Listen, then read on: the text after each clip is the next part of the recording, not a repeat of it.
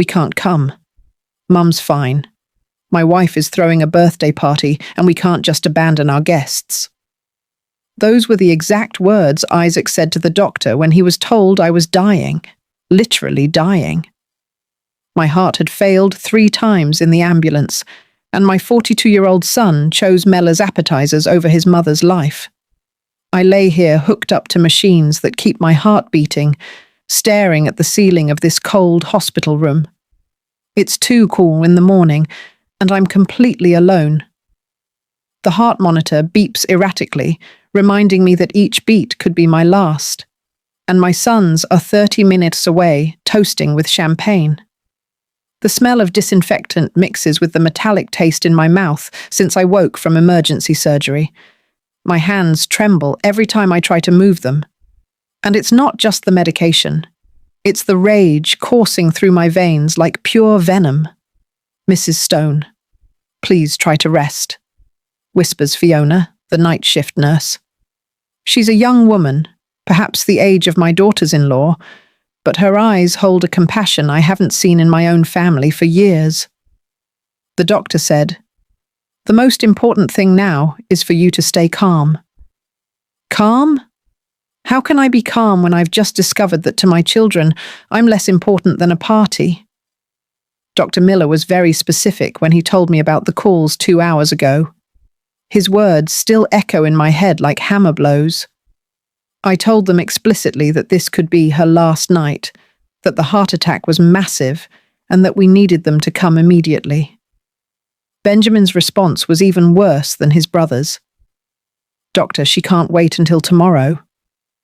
Diana organized everything weeks in advance, and all the guests have already arrived. My mum is strong. She's always recovered from everything. I've always recovered from everything. That phrase reverberates in my head like a painful echo. I recovered when their father abandoned us 25 years ago, leaving me with 2 teenagers and mountains of debt. I recovered when I had to work 3 jobs to put them through private college, cleaning offices at dawn, waiting tables at a diner during the day, and sewing clothes late into the night. My fingers still bear the scars from the sewing machine. I recovered when I sold my house, that little green house with a garden where they grew up to help Isaac with the down payment for his own. "It's only temporary, Mum," he had told me. "I'll pay you back in 2 years." That was 8 years ago.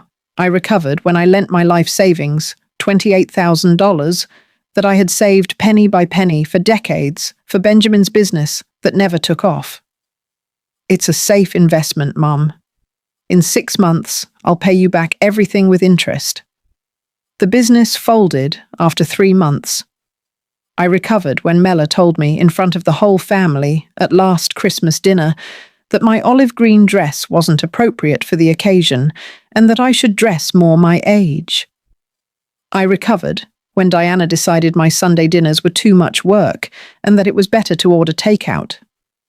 I recovered when they gradually stopped inviting me to family gatherings, because you know how Grandma is always wanting to give her opinion on everything. But this is different. This time it's not about lost money or ignored slights. This time, it's about something I can't recover. The knowledge that when it truly mattered, when my life hung by a thread, they chose to stay at a party. Dr. Miller had explained to me in a grave voice, "Mrs. Stone, you had 3 cardiac arrests during transport.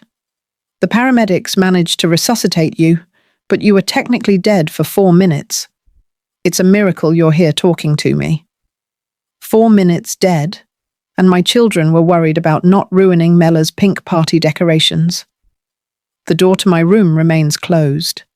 No worried calls in these 5 hours since I woke up. No text messages.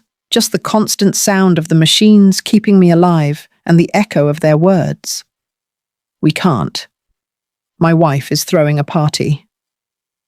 Fiona checks my vital signs every hour. "Your blood pressure is a little high," she says with genuine concern. "Are you thinking about something that's making you nervous?" If she only knew I was thinking about 66 years of unconditional love thrown away for a birthday cake and colourful balloons. At this moment, as I look at the city lights through the hospital window, something inside me is breaking definitively. And it's not my heart. It's something much deeper.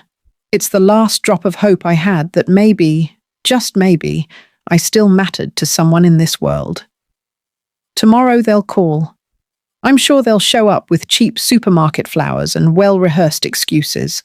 They'll say they didn't understand the gravity, that they thought it was another one of my exaggerations, like when I fell and fractured my wrist last year, and it took them 3 days to come see me. But it's too late.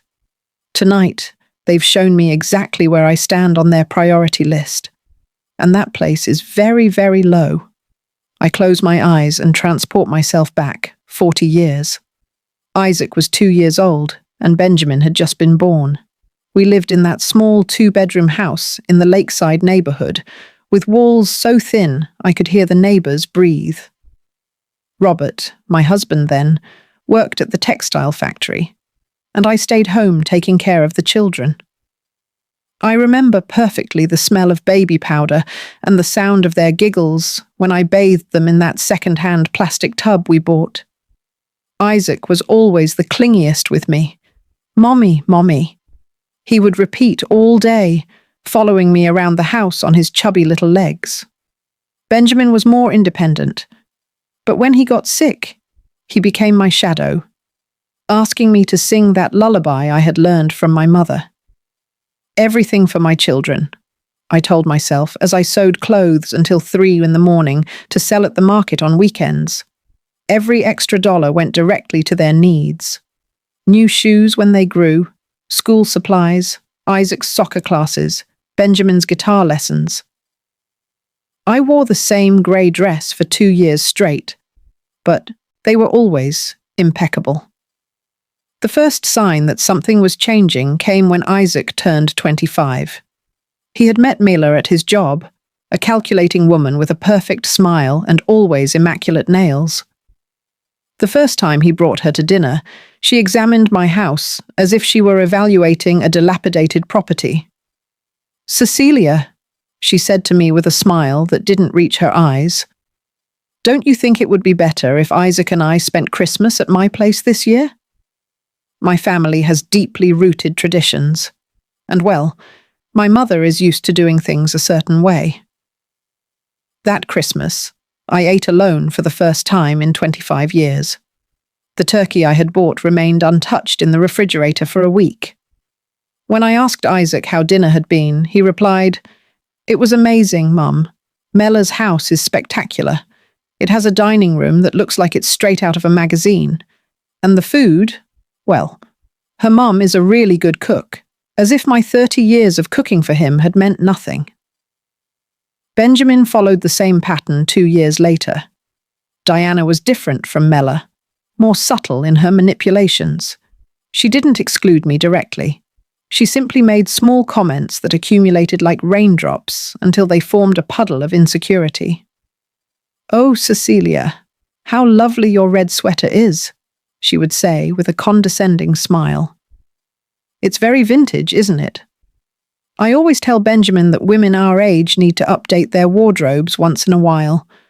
Or when I prepared my famous lasagna, that recipe I had perfected for decades.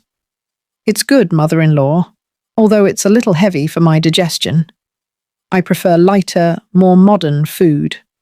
Benjamin has gotten used to my cooking style. Invitations to family dinners began to spread out. First, it was Diana isn't feeling well and prefers something intimate. Then, the kids have a lot of homework and need peace and quiet. Finally, they simply stopped inviting me. Linda, my lifelong neighbour, told me bluntly one afternoon while we were having coffee, "Cecilia, dear, your daughters-in-law are pushing you away from your sons. It's the oldest story in the book. I've seen this movie 1,000 times, but I refuse to believe it. They're good girls, Linda. They just need time to adapt to the family." "Adapt? They've been married for 5 years, Cecilia. They've already adapted. They've adapted you to be the grandma who shows up for emergencies and leaves quietly. She was right, but it hurt to admit it. I had started to feel like a stranger in my own children's lives. Phone conversations became mechanical. "Hi, Mum. How are you?" "Good." "Us too." "Well, we'll call you later. We're busy." The hardest blow came 2 years ago when I sold my house to help Isaac. Mela had found her dream house in an exclusive neighborhood, but they needed $100,000 for the down payment. "Mum," Isaac said to me with that voice he used when he was a child and wanted something. "I know it's a lot to ask, but it's our opportunity. It's an incredible investment. In 5 years, this house will be worth double." I sold my little greenhouse, the one where I had raised my children, where their heights were marked on the doorframe, where they had taken their first steps. I moved to a small apartment in a building without an elevator, but they had their dream house. The first time I went to visit them in their new house, Mela greeted me at the door with a tense smile. "Cecilia, what a surprise. You should have called first. We're expecting some friends for dinner." She didn't invite me in. I stood on the threshold of the house I had helped buy, feeling like a salesperson arriving at the wrong time. "I just came to bring you this," I said, handing her a chocolate cake I had made especially for them. It was Isaac's favorite since he was a child. "Oh, how nice. But you know we're trying to eat healthier. Isaac is being very careful after his high cholesterol scare." She held the cake as if it were contaminated. That night, I cried myself to sleep. My son had cholesterol problems, and I found out by chance through a conversation at the door of a house I had helped buy. With Benjamin, the situation was different, but equally painful. He had always been more direct, less diplomatic than his brother. When his electronics import business started having problems, he got straight to the point. "Mum, I need $8,000. It's to save the business. If I don't get them this week, I'm going to have to close and be in debt for years." It was all my savings. Every dollar I had saved working at Dawn. Every coin I had set aside from my pension for 10 years. But he was my son, my baby, whom I had carried in my arms for entire nights when he had a fever. "I'll lend it to you, my son, but I need you to sign a promissory note. It's not distrust. It's just to have everything in order." Diana was outraged. "A promissory note? Seriously, Cecilia, you're going to charge your own son interest? What kind of mother does that?" In the end, I lent him the money without a promissory note. "He's your son," I told myself. "He knows what that money means to you." The business folded after 3 months. The $8,000 vanished along with years of sacrifices and dreams of a dignified old age. Benjamin told me, "Mum, you know how these businesses are. Sometimes you win, sometimes you lose. At least I tried." As if my money had been casino chips and not the result of decades of work. Now connected to these machines in this cold hospital, I understand that all those moments were preparing me for this night. This night, when the mask finally fell, and I could see the naked truth to my children. I am dispensable. The pain had started 3 days ago during Sunday lunch at Isaac's house. It was my 66th birthday, although no one seemed to remember it. Mela had prepared a light salad and grilled chicken, nothing like the celebrations I used to organize for them when they were children. "Mum, you look tired," Benjamin had said to me while picking at his food without looking up from his phone. "Are you sleeping well?" The truth was, I hadn't slept properly for weeks. A strange pressure in my chest woke me every night at 3 in the morning, as if someone were sitting on my ribs. But I didn't want to worry them. I didn't want them to think it was another one of my exaggerations, as they had started to call my ailments. "I'm fine, honey. Just a little heartburn at night." Mela had let out a dry laugh. It's just that at our age, the body doesn't process food the same way, Cecilia. I tell my mum she needs to eat lighter, fewer spices, less fat. A 66-year-old woman's body isn't the same as a 30-year-old's. That afternoon, as I was getting ready to leave, Diana arrived with news that broke my heart without her knowing it. Guess what? We finally got a date for my birthday party. It's going to be this Wednesday at the Grand Plaza Hotel ballroom. I've been planning it for months. Wednesday? My actual birthday had been on Sunday, but no one mentioned it. On Wednesday, they were going to celebrate Diana with all the pomp and circumstance in the world. It's going to be amazing, Diana continued excitedly. I hired the best catering service in the city. There's going to be live music, themed decorations, and over 50 guests have already confirmed. Benjamin gave me this gorgeous golden dress that cost $100 or $200. One does $200 for a dress, more than I spend on clothes in 2 years. I remained silent, feeling that pressure in my chest intensify as I watched my son smile proudly for having spent in one night what lasts me 6 months.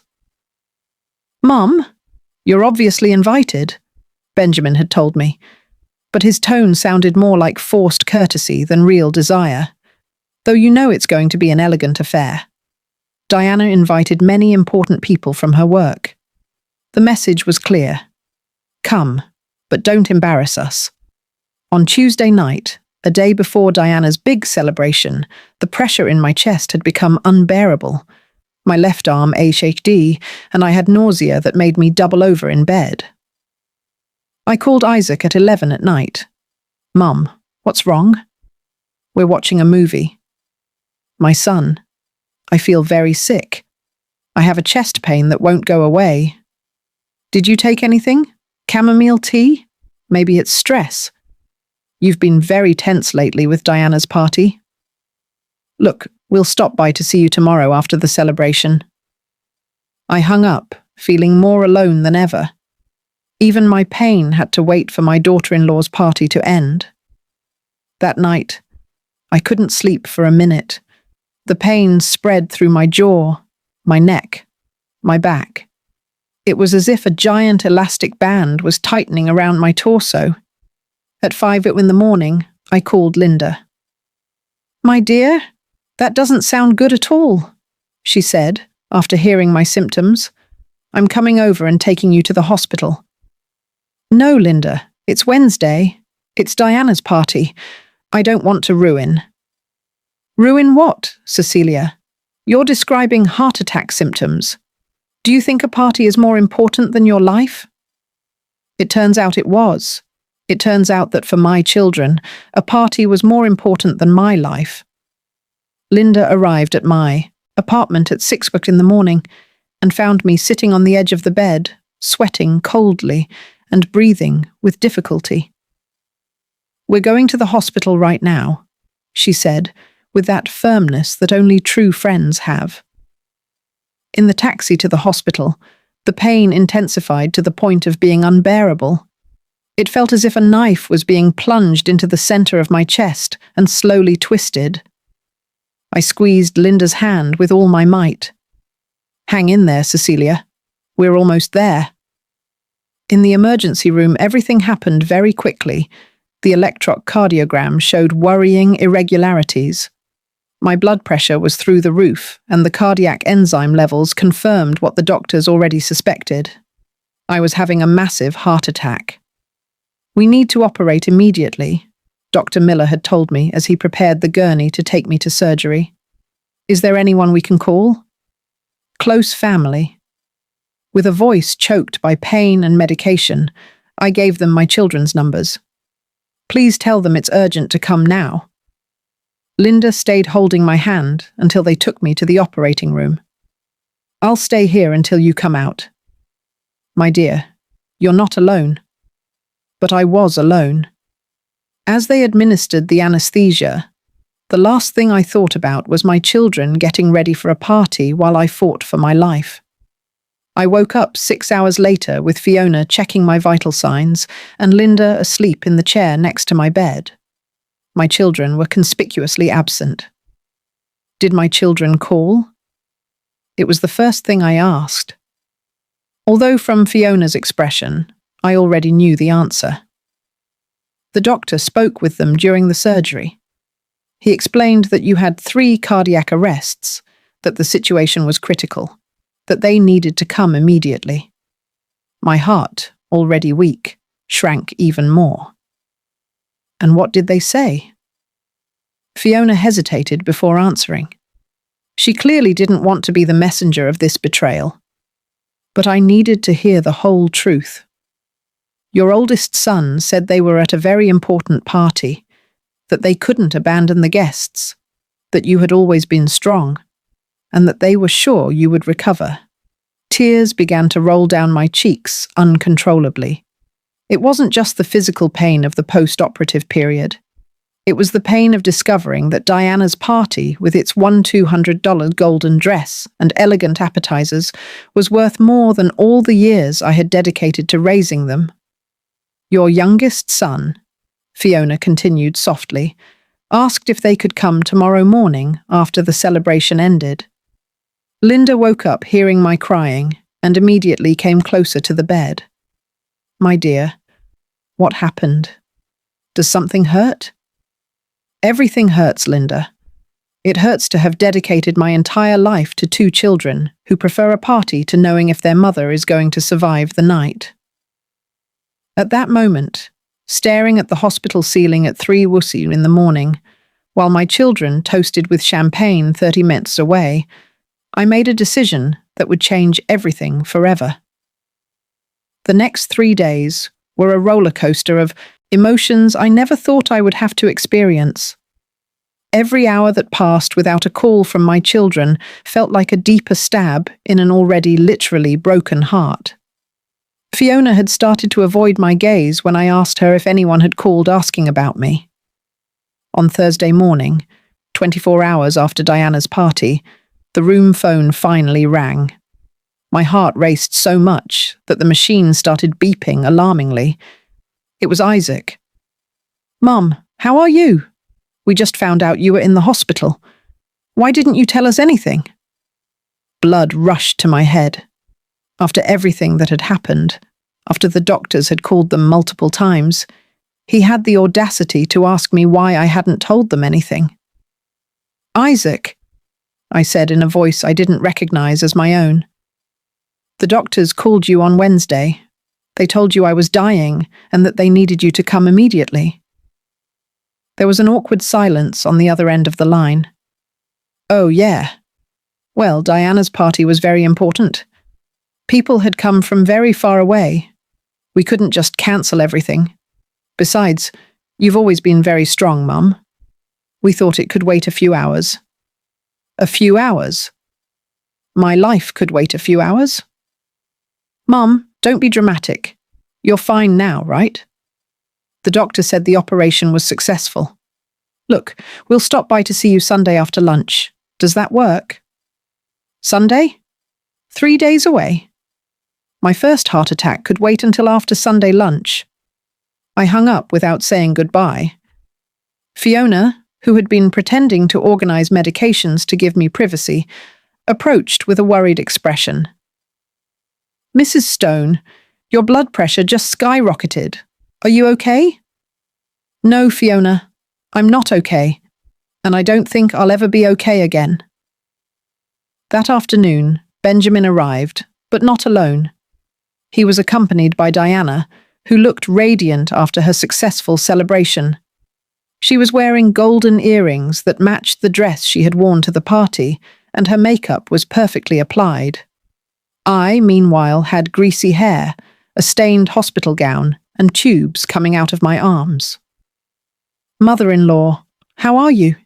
You gave us quite a scare," Diana said, with a smile that didn't reach her eyes. Benjamin told me what happened. What bad luck that had happened just on the day of my party, right? Bad luck. As if my heart attack had been a planned inconvenience, specifically to ruin her celebration. The party was incredible, Mum, Benjamin told me as he sat in the chair furthest from my bed. You should have seen the decorations. Diana really outdid herself. Over 60 people came, including Diana's boss and several important clients from my work. He was talking about the party while I had been fighting for my life. He was talking about the decorations and the important contacts they had made. How are you feeling? Diana asked me, but her tone suggested she expected a short, positive answer. You look much better than we expected. Doctors nowadays work miracles, right? The doctor said, I had 3 cardiac arrests, I told them, observing their reactions. I was clinically dead for 4 minutes. Benjamin shifted uncomfortably in his chair. Well, but it's over now, Mum. The important thing is that you're alive and recovering. The important thing, I repeated, feeling something inside me harden like cement. Is that while I was dying, you were eating appetizers and laughing with guests? Diana frowned. Cecilia, it's not fair that you're making us feel guilty. We didn't know it was that serious. Besides, what were we going to do at the hospital? We're not doctors. It was better for us to be where we could be useful, organizing the party that had cost so much money and effort. Useful. Organizing a party was more useful than accompanying their dying mother-in-law. Look, Mum, Benjamin interrupted. Diana and I talked, and we decided we're going to help you more. We can stop by to see you once a week, maybe on Sundays after lunch. And if you need something urgent, you can always call us as long as it's not during work hours or when we have important commitments.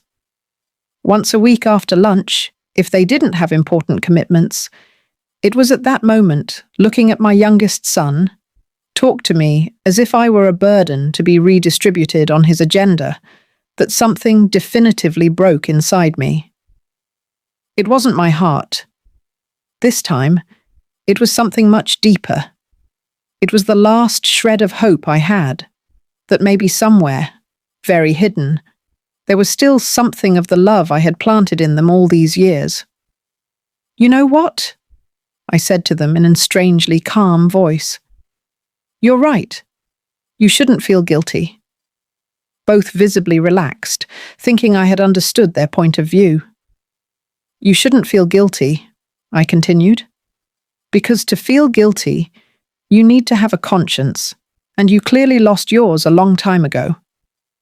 Diana's expression changed immediately. Cecilia, there's no need to be rude. We came here to support you, even though we have 1,000 things to do.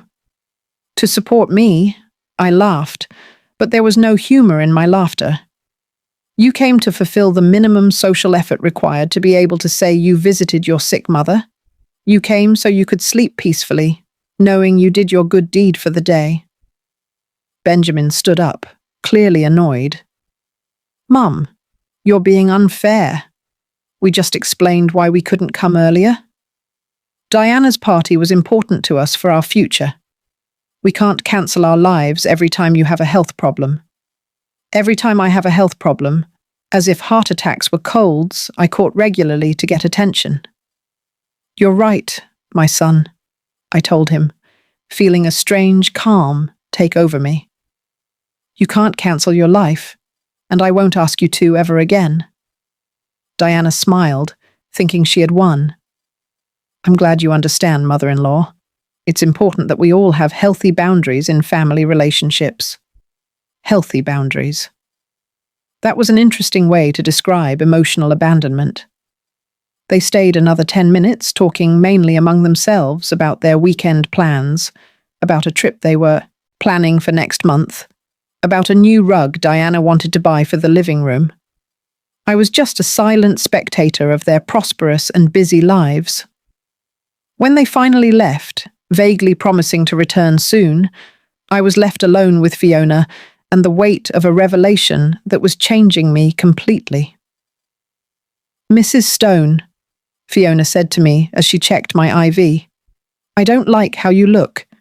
Do you want me to call someone else? Do you have other family members? Close friends? I have Linda, I said. And apparently that's more than I had with my own children. That night, as I listened to the sounds of the hospital and felt the throbbing pain in my scarred chest, I began to plan something I never thought I would have to do. Something definitive, something that would show them the true cost of their decisions. That night, I couldn't sleep. It wasn't just the physical pain that still pierced my chest like daggers, but a mental clarity I hadn't had in years. For the first time in decades, I was seeing my life without the filter of unconditional motherly love. I was seeing reality as it was, not as I had wanted it to be. I sat up in the hospital bed and asked Fiona for paper and a pen. "Are you going to write letters, Mrs. Stone?" She asked me with that sweetness I had come to appreciate more than the visits of my own children. "Something like that," I replied. "I need to put my thoughts in order." I began to write, and the words flowed as if they had been waiting for years to come out.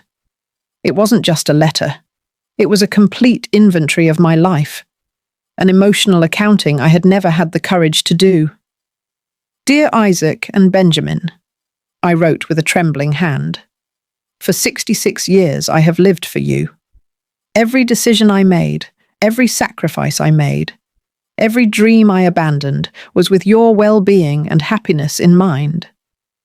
Today, lying in this hospital bed, after having been clinically dead for 4 minutes, I finally understand that you have not lived a single day thinking about mine."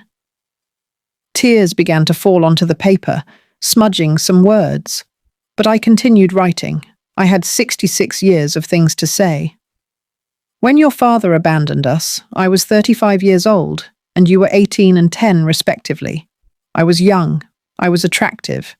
I had suitors who wanted to start a family with me. But I chose to stay alone to dedicate myself completely to you. I didn't want any man to make you feel like you were a burden or that you were in the way. I sacrificed the possibility of having a partner, of having more children, of having a full love life because you were my absolute priority. I remembered Mr. Douglas, the widower who lived across the street and who for years brought me flowers every Friday. He was a good, hard-working man who courted me with the patience of someone who understands the value of important things. But I always told him that I couldn't think about romance, that my children needed me. He married another woman 5 years later, and I continued alone raising them. I worked 3 jobs for 8 years to pay for your private college. I continued writing. I cleaned offices from 4 to 7 in the morning. I worked at the diner from 8 p.m. to 4 in the afternoon and sewed clothes from 6 p.m. until midnight. I slept 3 hours a day from Monday to Saturday. Sundays I dedicated completely to you. I washed your clothes, cooked your favorite meals, helped you with homework, took you to the park. My hands started to ache, but I needed to write everything. It was as if by putting it on paper, I was finally giving real weight to all those years of silent dedication. "Isaac, when you married Mela, I sold my house to help you with the down payment for yours. That green house where you grew up, where you learned to walk, where we spent the best Christmases of our lives. I sold it without thinking twice because you said it was your opportunity to have a better life. I moved to a 1-bedroom apartment on a 4th floor without an elevator. But you had your dream house." I stopped writing for a moment to wipe away my tears. Fiona approached with concern. "Are you feeling well, Mrs. Stone? Your blood pressure is going up again." "I'm fine, honey. For the first time in years, I'm perfectly fine." I continued with the letter. "Benjamin, when your business was failing, I lent you my life savings, $28,000 that I had saved dollar by dollar for 10 years, working weekends until I was 70, selling food at the door of my building, saving every penny of my pension. It was my security for old age, my peace of mind, to be able to get sick without being a burden to anyone. But you needed that money, and I gave it to you without hesitation. The irony hit me like a slap. I had spent my financial security so they wouldn't see me as a burden, and now they saw me as exactly that, a burden. But none of this matters now, I wrote, feeling that each word freed me a little more. What has really killed me has not been the financial sacrifices. What killed me was discovering that on Wednesday, when I was fighting for my life on an operating table, you were toasting with champagne at a party. I closed my eyes and allowed myself to relive that humiliation once more. It was necessary to feel the full weight of that betrayal to be able to do what I had to do. The doctors called you at 2 in the afternoon to tell you that my heart had failed, that I had had multiple cardiac arrests, that the situation was critical. They literally told you this could be your mother's last night. And you replied that you couldn't come because there was a party, a birthday party with appetizers, and live music was worth more than the life of the woman who brought you into the world. The words were becoming blurred by tears. But I continued. I needed to finish today. I understood something I should have understood years ago. You don't love me. Maybe you cared for me when you were children and needed me. But that feeling evaporated the moment you became independent. Now I'm just an uncomfortable social obligation. Someone to visit occasionally, to keep up appearances. My hand trembled as I wrote the next lines because I knew that once I put them on paper, there would be no turning back. That is why I have made a decision that will change our lives forever. I will not continue to live as a mother begging for crumbs of attention from children who see me as a nuisance. I will not continue to pretend that obligation visits and courtesy calls are enough for me. I will not continue to accept that my life has less value than a party, than a dinner with friends, than a busy weekend. I paused to catch my breath. My heart was pounding, but it wasn't fear I felt. It was liberation. When you read this letter, I will already be gone from your lives forever. Don't look for me. You won't find me. I have decided to start over in a place where no one knows my story, where I can simply be Cecilia, not the abandoned mother who sacrificed herself for ungrateful children. Fiona approached again. Mrs. Stone, it's already 4 in the morning. You should rest. I'm almost done, honey. Just a few more lines. I am not making this decision out of anger, but out of self-love. The same love I gave you all these years.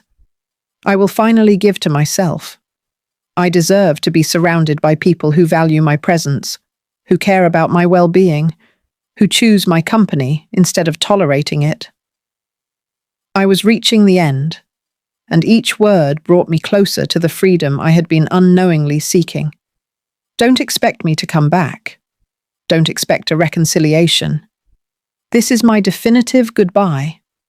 Be happy with your busy lives, your important parties, and your clear priorities. I will be happy away from you. I signed with my full name, Cecilia Rosewood, your mother, until today. I carefully folded the letter and put it in the nightstand drawer. Tomorrow, I would give it to Linda with specific instructions on when to deliver it. For the first time in days, I fell asleep without crying. On Friday morning, I woke with a strange feeling in my body. It wasn't the physical pain I had been carrying since the heart attack. It was something different, a mixture of nervousness and excitement I hadn't felt in decades. It was the feeling of being about to take control of my own life for the first time in years. Linda arrived early, as she had been doing every day since my operation. She brought a thermos of homemade coffee and that warm smile that reminded me that there were still people in the world who genuinely cared about me. Good morning, dear. How did you wake up? You look different today, more peaceful. Linda, I need you to do me a very important favor. Perhaps the most important I've asked you in all these years of friendship." She sat in the chair next to my bed with a serious expression. "Tell me what you need, Cecilia. You know you can count on me for anything." I handed her the letter I had written during the early morning hours. "I need you to give this to my sons, but not now. Wait until Sunday afternoon come to visit me." Linda took the envelope carefully, as if she knew it contained something that would change everything. "What is this, my dear?" "It's my freedom," I said with a smile that even surprised myself. "And I need you to help me with something else. I need you to help me disappear." Linda's eyes immediately filled with concern. "Cecilia, what are you talking about? Are you thinking of harming yourself?" "Because if so, no," I interrupted her, taking her hand in mine. "I'm not talking about suicide, Linda. I'm talking about rebirth. I'm talking about starting a new life far from here. Far from children who don't value me. Far from this city where every corner reminds me how much I've given and how little I've received in return." I explained my complete plan. For the past few hours, I had been thinking about every detail as if my mind had been waiting for years to plan my own liberation. I have money saved in an account my children don't know about. I told her, "It's not much, but enough to start. It's $8,000 I've been saving from my pension for the last 3 years after Benjamin lost my savings in his failed business. I have it at the National Bank in an account solely in my name." Linda listened to me with a mixture of admiration and concern. "But Cecilia, where are you going to go? Do you have family in another city?" "I have a cousin in Dallas, Hope. We haven't spoken in 5 years, but I know she lives alone in a big house she inherited from her husband. I'm going to write to her. I'm sure she would take me in for a while until I get settled." It was true. Hope had always been different from the rest of the family. She was an independent woman who had never married or had children, and who had always told me she admired my strength. On the few occasions we spoke on the phone, she had hinted that if I ever needed a change of scenery, her house was open to me. "The plan is simple," I continued, explaining to Linda. "On Sunday, when my children come, it will be the last time they see me. After they leave, you help me get out of the hospital. I'm not going to officially check out. I'm simply leaving. I'll leave the letter on my bed and disappear. And your things, your apartment." I already talked to Fiona about this. She has a sister who's a lawyer, and she's going to help me make a power of attorney so you can take care of everything. You can sell my furniture, keep whatever you want, and use the money to pay what's left of the rent until the contract ends. I never liked the apartment anyway. It was too small, too sad. Linda remained silent for a long moment, processing everything I had told her. "Cecilia, are you sure about this? It's a very big decision. Once you leave, it's going to be very difficult to come back." "I don't want to come back, Linda. That's exactly the idea. I want my children to understand what it feels like to be abandoned by family. I want them to know what it's like to look for someone you love and not find them. I want them to live with the guilt of having lost their mother by choosing a party over her life." The words came out of me with a clarity and determination that surprised me. It was as if all these years I had been accumulating strength for this moment. "Besides," I continued, "I'm 66 years old, Linda. If I live to 80, I have 14 years left. Am I going to waste those years begging for attention from children who see me as an obligation? Or am I going to use them to see new places, make new friends, maybe even find the love I never allowed myself to have?" For the first time since I had started explaining my plan, Linda smiled. "You're right, my dear. You have every right in the world to be happy. And if they can't give you that happiness, then you need to find it somewhere else." "Exactly." And I need you to promise me something else, Linda. When my children come looking for you after reading the letter, when they beg you to tell them where I am, I need you to tell them you don't know, because you really won't know. I'm not going to tell you my exact address in Dallas until I'm completely settled and sure I don't want them to find me. Linda nodded with determination. I promise, Cecilia, but I want you to keep me updated on how you are to call me at least once a week so I know you're safe and well. Of course, you're the only real family I have, Linda. You're the sister I never had, and the only person who truly cares about my well-being. We spent the rest of the morning planning the details. Linda would take care of contacting Fiona's sister for the legal papers. I would call my cousin Hope from the hospital phone to explain my situation. I also needed to withdraw my $8,000 from the bank and convert it to cash for the trip. You know what's the saddest thing about all this? I said to Linda as we organized the last details. That I'm more excited about this new life than about anything that has happened in the last 10 years. I feel like a teenager planning to run away from home, but instead of running away from controlling parents, I'm running away from ungrateful children. It's not sad, my dear. It's liberating. You've spent your entire adult life living for others. It's time for you to live for yourself. That afternoon, I called Hope from the hospital phone. Her voice sounded surprised, but genuinely happy to hear from me. Cecilia, what a nice surprise. How are you, cousin? Hope, I need to tell you something important. I'm going through a very difficult situation with my children, and I need to make a radical change in my life. Is your invitation from years ago to visit you in Dallas still open? She didn't hesitate for a second. Of course, cousin. This house is too big for me alone, and I'd love to have company. What's going on? Are your children okay? My children are perfectly fine, I replied with a bitterness I couldn't hide. So much so that they don't need their mother for anything. I'll tell you everything when I arrive, but I need to leave here as soon as possible. Come whenever you want, Cecilia. You have a room waiting for you here for as long as you need. When I hung up the phone, I felt as if I had just bought a ticket to freedom. Sunday arrived faster than I expected. I woke up at 6 in the morning with a mixture of anxiety and excitement that churned my stomach. It was my last day being Isaac and Benjamin's mother.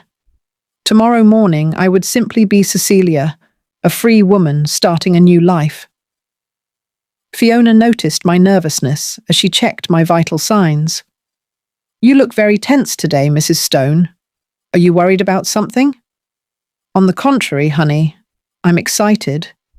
Today is the last day of a life that no longer serves me. During the morning, I mentally reviewed everything I had planned. Linda had withdrawn my $8,000 from the bank on Friday and had it stored at her house. Fiona's sister had prepared the power of attorney that would allow Linda to handle my legal affairs. My cousin Hope was waiting for my arrival in Dallas with open arms. Everything was ready. Isaac and Benjamin arrived exactly at 2 in the afternoon, as they had promised. After lunch, of course, Diana came with Benjamin wearing a new coral-coloured dress that probably cost more than I spent on food in 2 months. Mela arrived 15 minutes later, apologizing because she had had to finish a super important work call.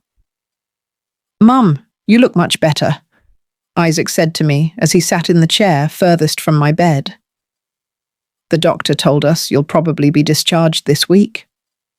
Yes, Mela intervened. We said it was impossible for it to be as serious as the doctors had said. You've always been very strong, as if my strength were an excuse for their abandonment. And what plans do you have when you leave the hospital? Diana asked me with that false smile she had perfected. I hope you understand that with our work schedules, it's going to be difficult for us to visit you very often, but we can call you on weekends. Call me on weekends if they didn't have more important commitments, of course. In fact, Benjamin said, "Diana and I were talking, and we thought it might be a good idea for you to consider moving into one of those senior living facilities, where there are 24-hour nurses and activities to keep you busy. A nursing home. They wanted to put me in a nursing home after abandoning me during my heart attack. There are some very nice ones," Diana continued, excited by the idea. "We visited one last weekend just to check it out. It's very clean. The food looks decent, and it's not that expensive. It costs about $2,000 a month, but with your pension and a small contribution from us, it would be totally feasible. $2,000 a month, the same amount Diana's dress cost for her birthday party. Best of all," Isaac added, "is that you'd be surrounded by people your age. You could make friends, play cards, participate in activities.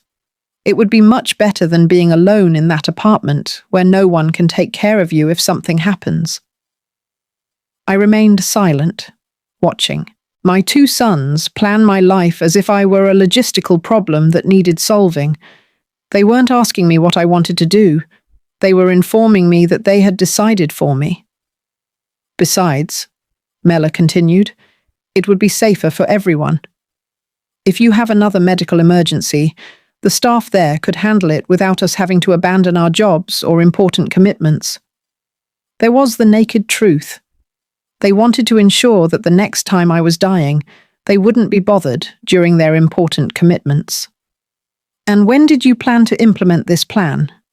I asked them with a calm that surprised me. "Well, there's no hurry," Benjamin said, "but maybe in the next 2 or 3 months.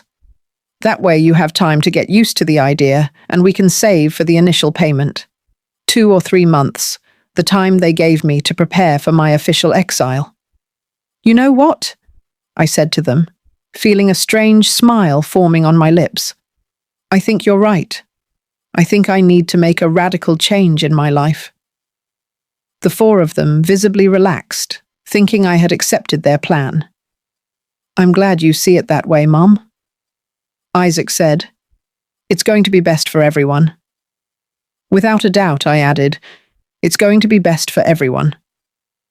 They spent the next hour talking among themselves about the details of the senior living facility, about their work plans, about the vacations they were planning for next month. I was just a silent spectator of the conversation about my own future. Diana showed Mela photos on her phone of the birthday party, that celebration that had been more important than my life. "Look, this is the cake I ordered. Isn't it beautiful? It cost $300, but it was worth every penny.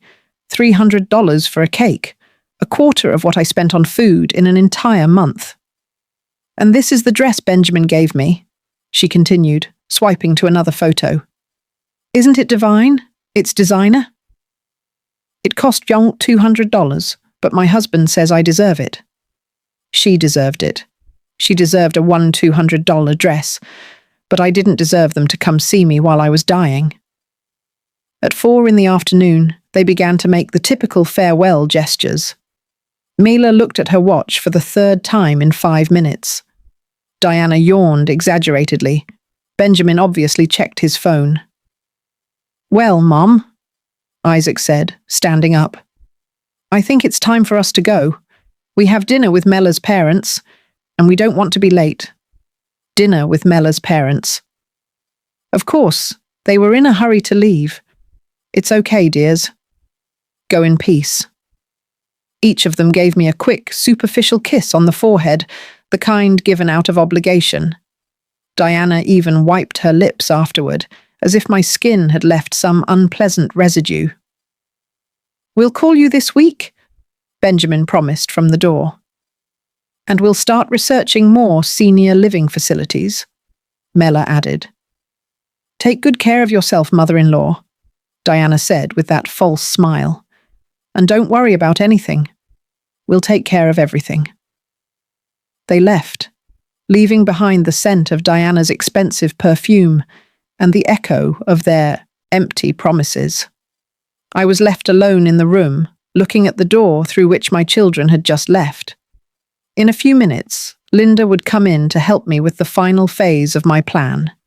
In a few hours, I would be on a bus to Dallas. By tomorrow, the hospital bed would be empty, and my children would be reading the letter that would change their lives forever.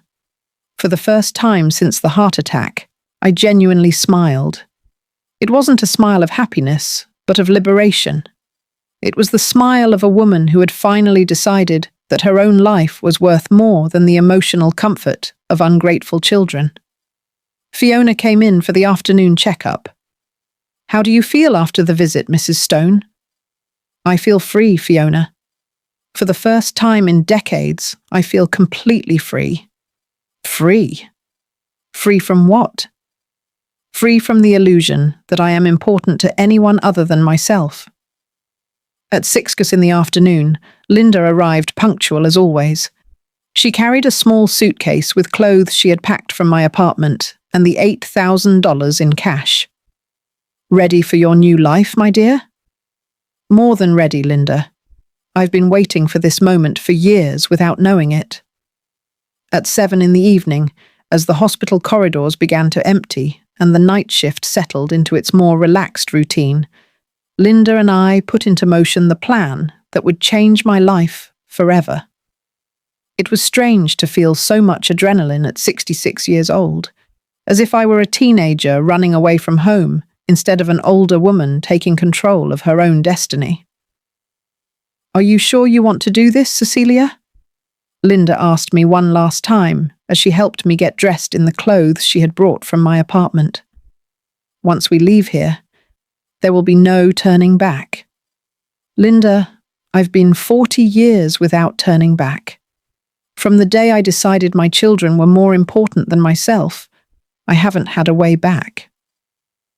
This is the first time in decades that I feel like I'm moving towards something, not running away from something." I put on the dark green dress I had bought last year, but had never worn because Mela had commented that the colour didn't suit me. Today, it seemed perfect. It was the colour of new hope, of a fresh start. Fiona came in at the exact moment we had coordinated. Her shift ended at 8, and she had agreed to help us with the most delicate part of the plan, leaving the hospital without an official record of my departure. "Mrs. Stone, are you ready for this? My sister is waiting for you in the parking lot with all the legal papers you need to sign, ready as I've ever been for anything in my life." I took the letter from the nightstand drawer and placed it on the pillow, clearly visible. It was a white envelope with my children's names written in my Nest handwriting. It looked so innocent, so simple, but I knew those 4 pages would destroy the comfortable world they had built by ignoring my existence. "Linda, remember? Wait until tomorrow afternoon to give them this. That way, I have time to get to Dallas and settle in a bit before chaos breaks out. I remember perfectly, my dear. Tomorrow at 5 in the afternoon, I'm going to Isaac's house and I'm going to give them the letter. And when they ask me where you are, I'm going to tell them exactly what you told me, that I don't know." We walked through the hospital corridors as if we were normal visitors, leaving after visiting hours. Fiona had been very smart to choose this time. There was enough movement of people so we wouldn't be conspicuous, but not so much that anyone would pay specific attention to an older woman with a small suitcase. In the parking lot, we were met by Sarah, Fiona's sister. She was a woman in her 40s with a serious but kind expression who extended her hand professionally. "Mrs. Stone, I'm Sarah Miller, attorney at law.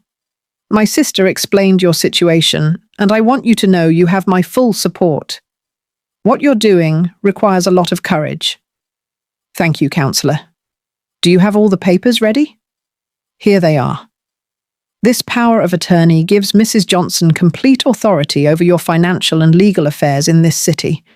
She can sell your belongings, cancel contracts, handle any issues that arise.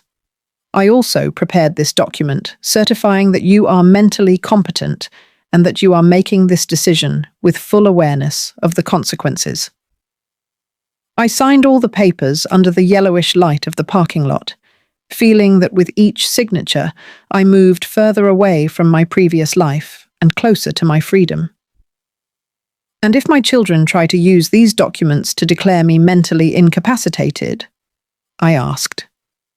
Impossible, Sarah replied confidently. I have witnesses. I have medical documentation that proves you are in full possession of your faculties. And I have evidence that this is a well-thought-out decision, not an impulsive one. Besides, you are an elderly adult with an absolute right to decide where and how to live. Linda accompanied me to the bus terminal. The taxi ride was silent, each of us lost in our own thoughts. When we arrived, I bought a ticket on the night bus departing for Dallas at 10 at night. It's a 12-hour trip. The terminal employee explained, "It arrives tomorrow at 10:11 in the morning." Perfect. By the time my children received the letter, I would already be 400 miles away, starting my new life. "Cecilia," Linda said to me as we waited in the waiting room, "I want you to know that I'm very proud of you. I don't know many women your age who have the courage to start from scratch." "I'm not starting from scratch, Linda. I'm starting with 66 years of experience with $8,000 in my pocket, and with the certainty that I deserve something better than crumbs of attention." When my bus was announced, we hugged like the sisters we had become during all these years of friendship. "Take good care of yourself, my dear, and call me as soon as you arrive so I know you're safe and well." "I'll call you every week, Linda. You're the only real family I have left, the only person who has truly shown me that my well-being matters."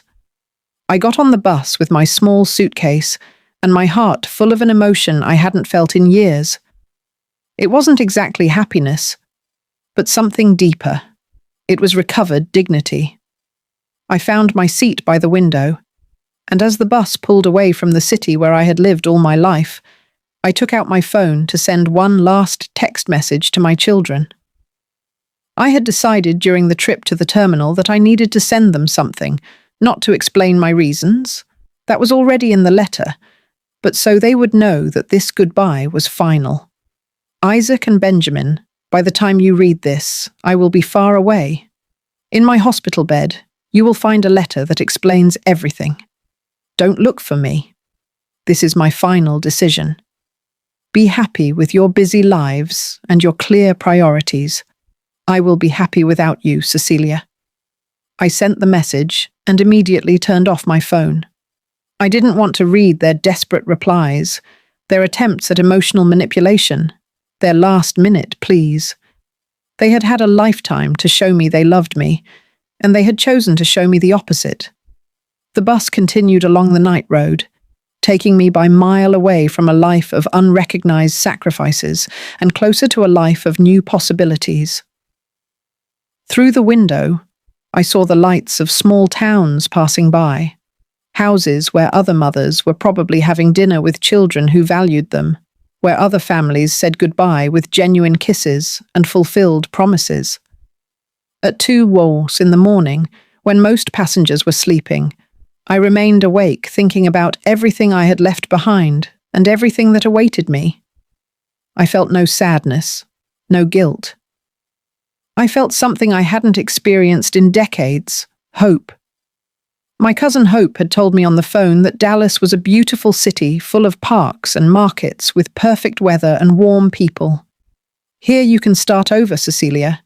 Here, no one will know your story, and you can write a new one. Writing a new story. I liked that idea. For the first time in my adult life, I was going to be the protagonist of my own story, not a secondary character in my children's lives. The bus continued on its way, taking me toward my freedom. I arrived in Dallas at 10 in the morning on Monday, exactly as I had calculated.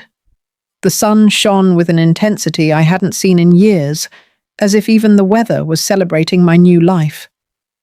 My cousin Hope was waiting for me at the terminal with a smile that immediately reminded me of my mother, her aunt, who always said that true family wasn't the one who shared your blood, but the one who shared your pain and your joy.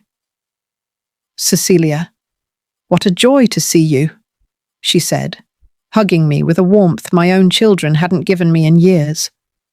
You look tired from the trip, but there's something different in your eyes, as if you left a very heavy burden somewhere along the way. That's right, cousin. I left 40 years of burden in a hospital 400 meters from here. During the ride to her house, Hope told me about life in Dallas, about the markets where I could buy fresh vegetables for pennies, about the parks where women our age gathered every morning to exercise and socialize, about dance classes for seniors, about part-time job opportunities for experienced people. Here, no one will judge you for starting over at 66. Cecilia, this city is full of stories of rebirth. Her house was exactly as she had described it, large, full of light, with a backyard where roses, jasmine, and a lemon tree filled the air with fragrance. My room had a window overlooking the garden and a bed with white sheets that smelled of lavender. This will be your home for as long as you need, cousin, and if you decide to stay forever, it will be an honor for me. That first afternoon, while Hope prepared a homemade meal that reminded me of my childhood, I received the call I had been waiting for. It was Linda. Cecilia, I just delivered the letter. It was exactly as you imagined. Tell me everything, Linda. I need to know how they reacted. I arrived at Isaac's house at 5 in the afternoon as we agreed.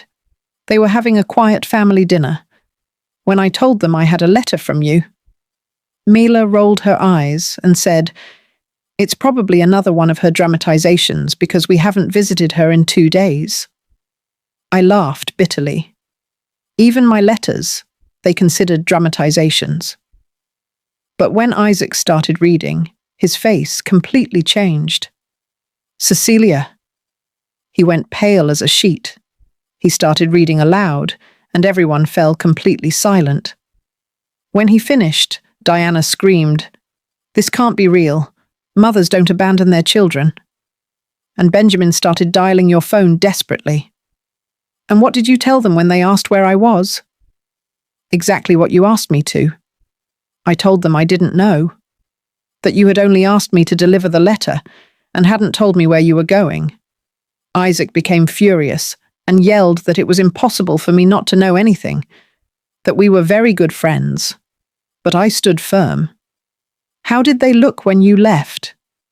Devastated, Cecilia. But it wasn't sadness I saw on their faces.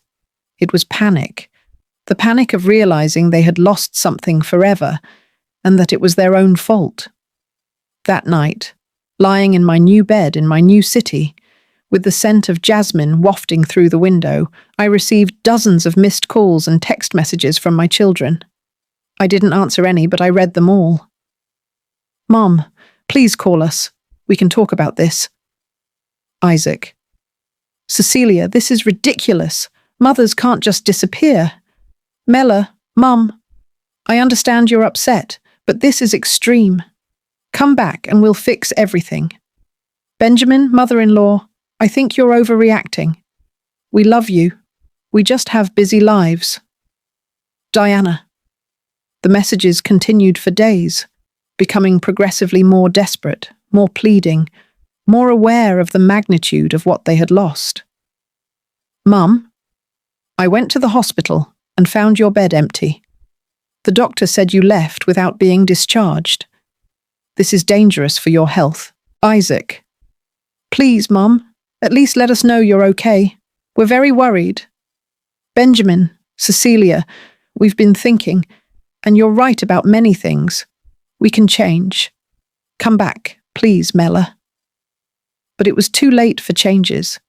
It was too late for regrets. They had had 40 years to change, 40 years to value me, 40 years to show me that my life mattered. I wasn't going to give them a second chance. 3 weeks after my arrival in Dallas, I had already established a routine that filled me with a peace I hadn't known in decades. I woke up early to walk in the park with a group of women my age who had welcomed me as if I were a lifelong friend. I had found a part-time job at a downtown boutique assisting ladies who appreciated my experience and good taste. In the afternoons, I took painting classes at the cultural centre, something I had always wanted to do but never had time for because I was too busy sacrificing myself for my children. "You look 10 years younger, Cecilia," Hope told me one afternoon as we painted together in the garden. "It's incredible what freedom can do for a woman." She was right. I felt reborn, as if the 66 years of sacrifice had been just a preparation for this new life where I could finally be myself. A month later, I met Mr. Harrison in dance class. He was a 70-year-old widower, retired, with kind eyes and an easy laugh. There was nothing romantic between us, but it was nice to have the company of a man who treated me with respect and admiration, who valued my conversation and my presence. "Cecilia," he told me one afternoon after dancing, "I don't know what brought you to Dallas, but I hope it was something good, because your arrival has definitely been something good for all of us." My children's messages had gradually decreased from desperate to pleading, from pleading to angry, from angry to resigned. The last message I had received a week ago: "Mum, if this is what you really want, we respect it. We just want to know you're okay and happy. We've realized many things since you left, and you're right about everything you said. We hope someday you can forgive us, Isaac. Forgive them. Maybe someday I could forgive them, but I could never forget. And I would definitely never go back to being the mother who begged for crumbs of attention." 6 months after my arrival in Dallas, as I had coffee in the garden on a sunny morning, I reflected on everything I had gained by losing my children. I had gained dignity, self-respect, genuine friendships, new experiences, and the possibility of living my last years as I wanted to live them, not as others expected me to live them. My phone rang. It was Linda with her weekly call. "How are you, dear? You sound happier and happier." "I'm better than ever, Linda. Yesterday, I enrolled in a literature course at the university. Imagine at 66 years old, I'm going to study something I always loved but could never do because I was too busy raising children who didn't value me. It makes me so happy to hear you. Like that, Cecilia. And them. Have you heard anything?" I see them occasionally posting photos on social media. They continue with their busy lives, their important parties, their urgent commitments. The difference is that now I don't have to pretend I care. That night, as I wrote in the diary I had started keeping, I reflected on the bravest decision of my life. It hadn't been easy. There had been moments of loneliness, moments where I missed the illusion of having a family that loved me. But those moments were becoming less frequent, replaced by the deep satisfaction of finally living for myself. "Dear Diary," I wrote, "Today, I turned 67. It's the first birthday I celebrate without expecting my children to call, without feeling disappointed by their indifference.